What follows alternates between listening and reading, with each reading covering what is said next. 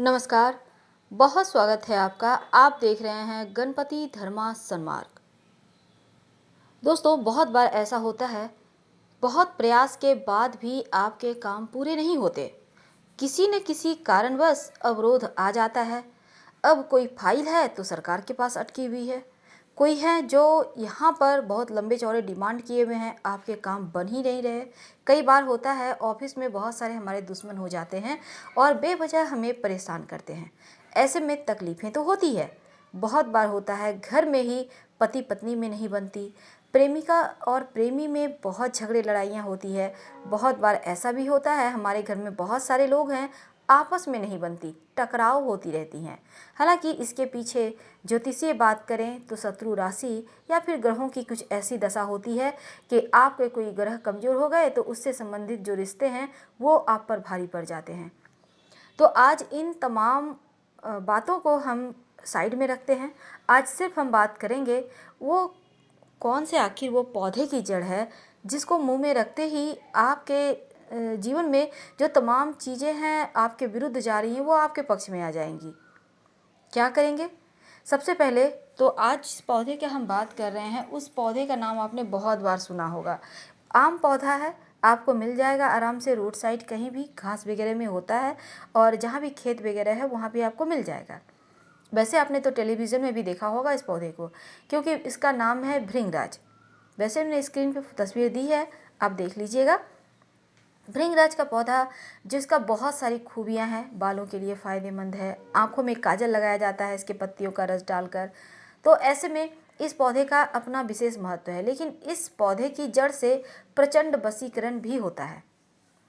वैसे तो हमने बहुत सारी बातें आपको पहले बताई है, लेकिन आज हम सिर्फ ऐसी बातें बताएंगे जो जिसका कोई साइड इफ़ेक्ट नहीं है, लेकिन हाँ पॉजिटिव इफ़ेक्ट ज़रूर है जीवन में।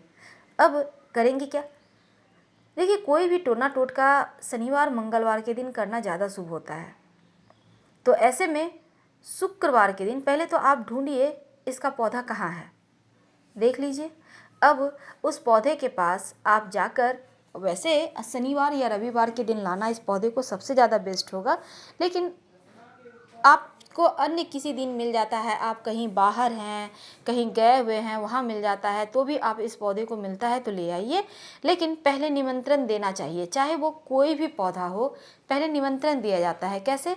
जैसे थोड़ा सा जल डालें पौधे में, एक सुपारी, 1 रुपये का कॉइन, थोड़े से अक्षत रखें और उनसे प्रार्थना करें कि कल हम आपको लेने आएंगे, मेरी ये मनोकामना है। आप अपनी मनोकामना कहें, जैसे कि सरकारी कागजात मेरे अटके हुए हैं, पूरे नहीं हो पा रहे, ज्वाइनिंग लेटर नहीं आ रहा, तमाम तरह की चीज़ें होती है, तो अटके हुए हैं, आप हमारे साथ चलिएगा उस मनोकामना को पूर्ण होने के लिए।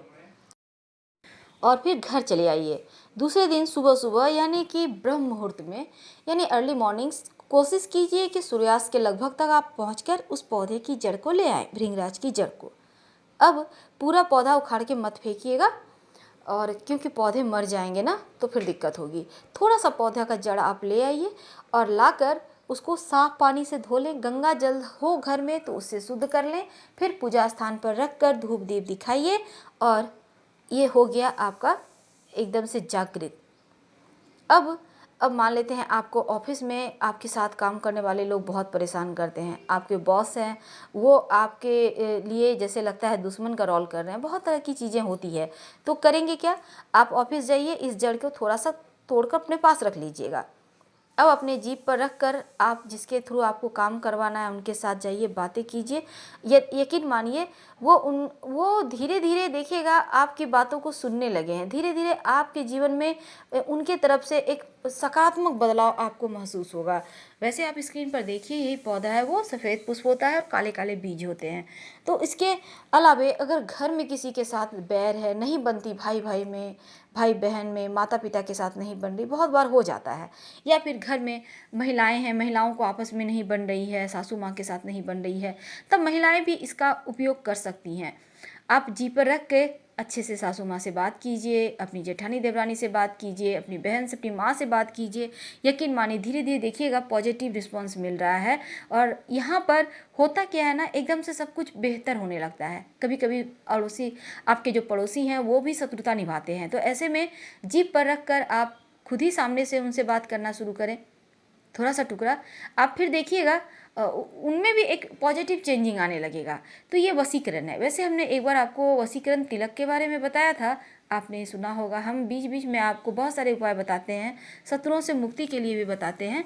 तो आज हमने ये बताया कि कैसे आप अपने साथ रहने वालों को पॉजिटिव, आपके प्रति उनके विचार हो, अच्छे से बातचीत हो। एकदम से आप, हम ये नहीं कहेंगे कोई किसी का गुलाम बन जाता है, लेकिन हाँ उनमें सकारात्मक बदलाव आता है, आपके रिश्तों में पॉजिटिव चेंजिंग आती है। ये प्रयास आप एक बार में नहीं होता है, तो 2-4 बार कीजिए, थोड़ा थोड़ा तोड़कर। और जो जीभ पर है उसे बाद में कहीं मिट्टी पे फेंक कर दबा दीजिएगा, उसको दोबारा यूज मत कीजिएगा। और यहाँ पर करके देखें, आपको लाभ ज़रूर होगा। तो यहाँ पर एक बात हमेशा ही याद रखिए कि आप अगर व्यवसायी भी हैं तो अपने व्यवसाय स्थल पर भी इसका आप उपयोग कर सकते हैं। ग्राहक आएंगे और खींचे चले आएंगे, तो न्योता देकर ही लाइएगा, ये ज़्यादा बेहतर रहेगा। और इसे हम, इस पौधे का नाम भृंगराज है। एक बार फिर से पॉजिटिव रिजल्ट हर हाल में मिलेगा, और ये कहीं कोई साइड इफ़ेक्ट नहीं करता, मारण सम्मोहन ये नहीं है, याद रखिए। हम आपसे विदा लेते हैं।